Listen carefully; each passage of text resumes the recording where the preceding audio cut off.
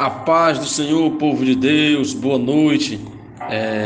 Já estou aqui me preparando para dormir, mas antes disso eu quero trazer uma reflexão nessa noite para os irmãos, mais tranquilo, mais calmo, mais em espírito, porque eu amo falar do amor de Deus, de Jesus Cristo, de sua graça e sua infinita bondade. E o que Cristo alcançou para nós hoje, através da sua morte e da sua ressurreição. Só seria possível nós adquirirmos todas as bênçãos, não com a morte de Cristo, mas com a ressurreição dele. Então a ressurreição dele foi quem nos garantiu toda sorte de bênção. Primeiro, no Antigo Testamento, o homem não tinha acesso ao Pai. No Antigo Testamento, ninguém tinha acesso a se achegar no lugar santo dos santos. Havia um véu que separava o homem de Deus. E o homem não tinha paz com Deus. É isso mesmo, o homem não tinha paz com Deus. Gênesis capítulo 3: porquanto deste ouvido à voz da tua mulher e comeste do fruto, maldita agora é a terra por tua causa. E ele foi expulso do jardim, ele foi expulso da presença de Deus. Paulo vai dizer: pois todos pecaram e todos estão destituídos da glória de Deus. Então havia esse véu que impedia de um homem se achegar a Deus. E todo Israel e toda a humanidade era representada por um sacerdote, que por muitas vezes, se não estivesse no prumo da lei, ele era fulminado e morto no momento do sacrifício. E era comum o sacerdote apresentar um cordeiro em pagamento do pecado de todo o povo. E agora o povo vai viver em sacrifícios, vai viver em ofertas de animais, vão sacrificar bodes, vão sacrificar novilhos, vão sacrificar ovelhas, vão começar a fazer sacrifícios ao Senhor para receber perdão de pecados. Mas o sangue dos cordeiros não era capaz de limpar completamente o homem, mesmo com todo aquele sacrifício da época. Ainda assim havia a marca do pecado no homem. O homem ainda continuava sujo, o homem ainda continuava impuro, o homem ainda continuava separado da presença de Deus. Por quê? Porque a justiça do homem não limpava o pecado de Adão e Eva de maneira nenhuma. Então a Bíblia vai dizer que o sacerdote, quando um pecador vinha para a purificação, o pecador ele trazia um cordeiro, e o sacerdote, que representa o próprio Deus, esse sacerdote ele iria analisar o cordeiro, não o pecador. Ele não ia olhar para o tamanho do pecado daquele pecador, mas ele iria analisar o cordeiro, se o cordeiro era limpo, se o cordeiro era sem mancha, se o cordeiro era sem mácula. Então, se o cordeiro fosse limpo, assim então o cordeiro estaria pronto para o sacrifício no altar do sacrifício, que nós chamamos de o altar da decisão. Só entrava na tenda do tabernáculo depois que passar pelo altar do sacrifício, para chegar ao incensário e apresentar as orações.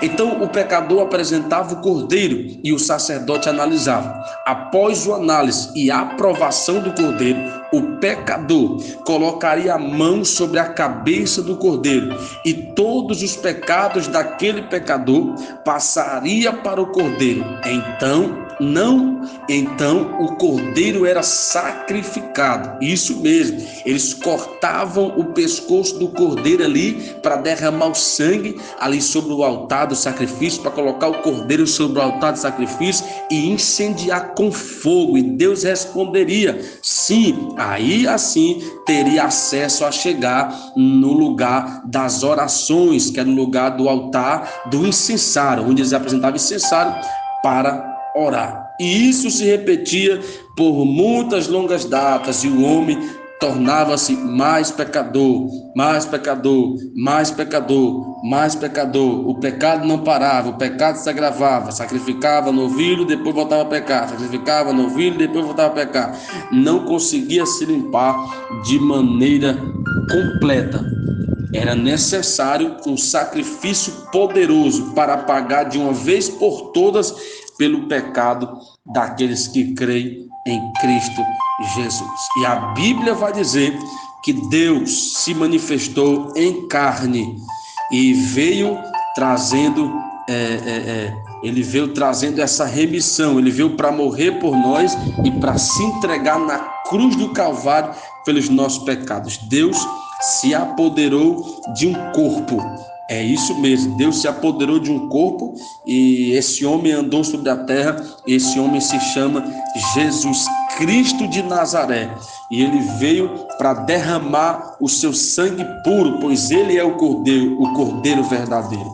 Lembra quando Abraão quis sacrificar o seu filho? Deus não permitiu e Deus lhe apresentou o cordeiro, uma simbologia de que ele sacrificaria o seu próprio filho. Não sei se vocês lembram, mas um dia, quando Jesus entrou dentro do Rio Jordão para ser batizado, quando João Batista olhou para Jesus, João Batista deu um grito muito alto. Ele disse: eis aí o Cordeiro de Deus que tira o pecado do mundo. Olha a expressão, que tira o pecado do mundo. Eu vou repetir, que tira o pecado do mundo. Então esse cordeiro é Jesus de Nazaré. Isaías vai dizer: e ele foi levado como um cordeiro ao matador e não abriu a sua boca. Jesus não tinha o direito nem de gritar.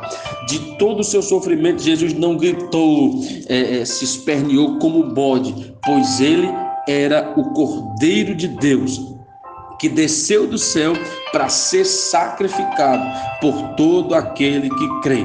Então Jesus subiu o Calvário e a Bíblia diz que todos os nossos pecados foram depositados nele, as nossas iniquidades, as nossas transgressões, o castigo que nos traz a paz estava sobre ele. O Senhor absolveu todos os nossos pecados. Entenda, o homem por si só, ele não consegue parar de pecar, porque o pecado está entranhado no homem. E aqueles que dizem que não pecam são os que mais pecam na mente e em muitos julgamentos e em muitas ações.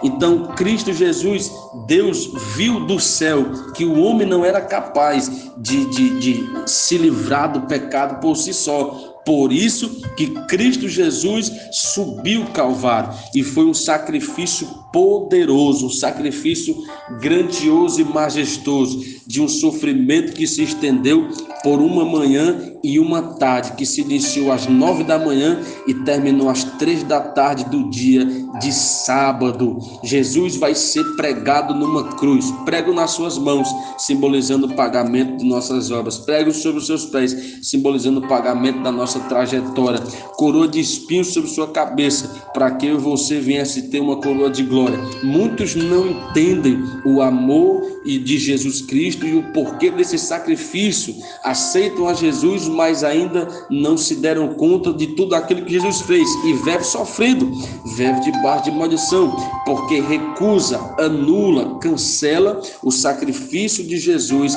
em suas vidas. E quando Jesus bradou: está consumado, a Bíblia vai dizer que o véu do templo se rasgou. Então aquilo que fazia separação entre Deus e homem se rasgou ao meio. A cortina não caiu, se rasgou ao meio.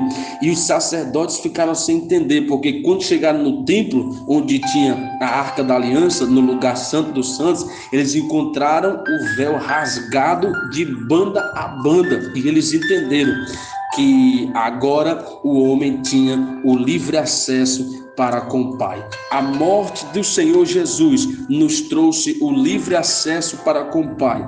A morte de Cristo Jesus nos trouxe paz com Deus. A Bíblia diz que nós temos paz com Deus em Cristo Jesus. É isso mesmo. Os que estão em Cristo, eles têm paz com Deus. De maneira nenhuma Deus vai derramar guerra sobre ele. A Bíblia quem diz: em Cristo Jesus temos paz com Deus. A morte de Jesus nos trouxe justificação, remissão, redenção, salvação. A Bíblia diz que todo aquele que crê e invocar será salvo por Cristo Jesus. E a salvação é somente pela fé e pela graça no Filho unigênito de Deus. Quando nós apresentamos a graça, apresentamos Jesus, apresentamos o amor, pode ter certeza, haverá bastante salvação por onde quer que você vá. Mas se apresentar lei, se apresentar dogmas, apresentar mandamentos humanos, mandamentos de Moisés, mandamentos antigos, mandamentos judaicos, vai causar problema. Vai causar muito problema. E quanto mais se fala de pecado, mais pecado se manifesta. Está na hora de falar do amor de Deus para as nações, porque o amor de Deus convence e converte de verdade. É constrangedor saber que alguém me amou, me perdoou, mesmo eu sendo um maldito e pecador. Hoje sou abençoado por Cristo Jesus. Então, aquilo que fazia separação se rasgou e Jesus adquiriu para nós a eterna redenção, a verdadeira salvação. Veja na Bíblia que um jovem rico chegou para Jesus e disse: Senhor, o que devo fazer para ser salvo? Jesus olhou para ele e disse: tens observado os mandamentos? Jesus apresentou mandamentos. Ele olhou e disse: tenho, Senhor, tenho feito tudo. Jesus olhou para ele e disse: porém, te falta uma coisa. Porque quem prega muita lei sempre vai faltar uma coisa, sempre. Própria atenção, todos aqueles que pregam lei demais, que esnobam a santidade demais, que falam dos irmãos que erram, ele sempre vai lhe faltar uma coisa. Não tem para onde correr, sempre vai faltar. Para quê? Para Deus mostrar que o homem de maneira nenhuma por si só consegue se justificar e ser santo, senão por Cristo Jesus. E aquele jovem disse assim: eu tenho feito tudo, Senhor. Aí Jesus disse: falta uma coisa, vai, dá tudo que tu tens e vende aos pobres. A Bíblia diz que ele virou as costas e foi embora constrangido. Por quê? Porque estava preso sobre os seus bens, estava preso sobre as riquezas que ele tinha. E ele não foi liberto. Olha para esse texto. Eu estou falando um pouco mais manso pelo lugar que eu estou, mas olha o texto. Ele se encontrou com Jesus, ouviu a mensagem sobre o mandamento e não foi liberto. Voltou frustrado, voltou e não teve a sua libertação. Incrível, né? Se encontrou com Jesus e não foi liberto, porque ele não olhou para Jesus, ele olhou para os seus riquezas, para os seus bens, e não foi capaz de cumprir todos os mandamentos como Jesus havia lhe apresentado. Só que a Bíblia vai dizer que Jesus entrou na casa de Zaqueu. É isso aí. Zaqueu, um publicano, cobrador de impostos, pecador, que o povo olhava e dizia, e tinha ódio dele, e de maneira nenhuma Jesus poderia entrar na casa dele. Jesus entrando na casa de Zaqueu era quebrar o mandamento dos judeus, porque não podia se assentar com os publicanos. Então Jesus quebrou uma lei judaica daquela época e se sentou na mesa de Zaqueu. Demonstrou amor, demonstrou ali uma união, demonstrou que verdadeiramente gostava de Zaqueu. Ele disse: Zaqueu, hoje me convém repousar em tua casa. Eu não sei se você já leu, mas o resultado foi: Zaqueu olhou para Jesus e disse: Senhor, eu vou vender tudo que eu tenho e vou dar aos pobres. E se eu enganei alguém, eu vou dar em dobro essa pessoa que eu enganei. Jesus olhou e disse: hoje veio salvação para esta casa, porque ali se manifestou o amor de Deus, onde abundou o pecado, superabundou a graça de Deus. Então, antes do arrependimento, veio a bondade de Deus. Jesus entrou ali, Jesus sentou ali, Jesus comeu ali. Quando o Senhor Jesus falou com Pedro para ele lançar a rede, Pedro estava de boa. Ele disse: sob a tua palavra lançarei a rede. Quando Pedro lançou a rede que puxou, veio muitos peixes. E quando Pedro viu aquela ruma de peixe, ele disse: sabe o quê? Afaste de mim, Senhor, porque eu sou um homem pecador. O que veio primeiro, o arrependimento ou a bondade de Jesus? Foi a bondade de Jesus, a demonstração de amor, pois eles estavam com fome. Então, quando eles viram aquela multidão de peixe, Pedro reconheceu: não sou digno de estar perto desse homem. Se ajoelhou e verdadeiramente se arrependeu. Jesus disse: levanta, Pedro, vem comigo, que eu vou te fazer pescadores de homens. Alabraçaro mande calabraçura mandara. Ramastique mantori assaia até que afá. Meu Jesus de Nazaré. Chega a arrupiar, gente. Então, Jesus Cristo, João capítulo 1 diz que graça e verdade vieram por Cristo Jesus. Jesus é o verdadeiro evangelho. Sim, a graça é o verdadeiro evangelho. Temos que ser como Jesus, simples, humildes, praticantes do bem, do amor, e vivermos debaixo dessa humildade, dessa simplicidade e dessa graça. Não ser igual ao mundo, eu sei e tenho certeza que a graça vai te libertar de verdade e não vai te fazer um pecador egoísta que se acha melhor do que os outros, mas alguém simples, humilde, que já vai entrar dentro da igreja chorando.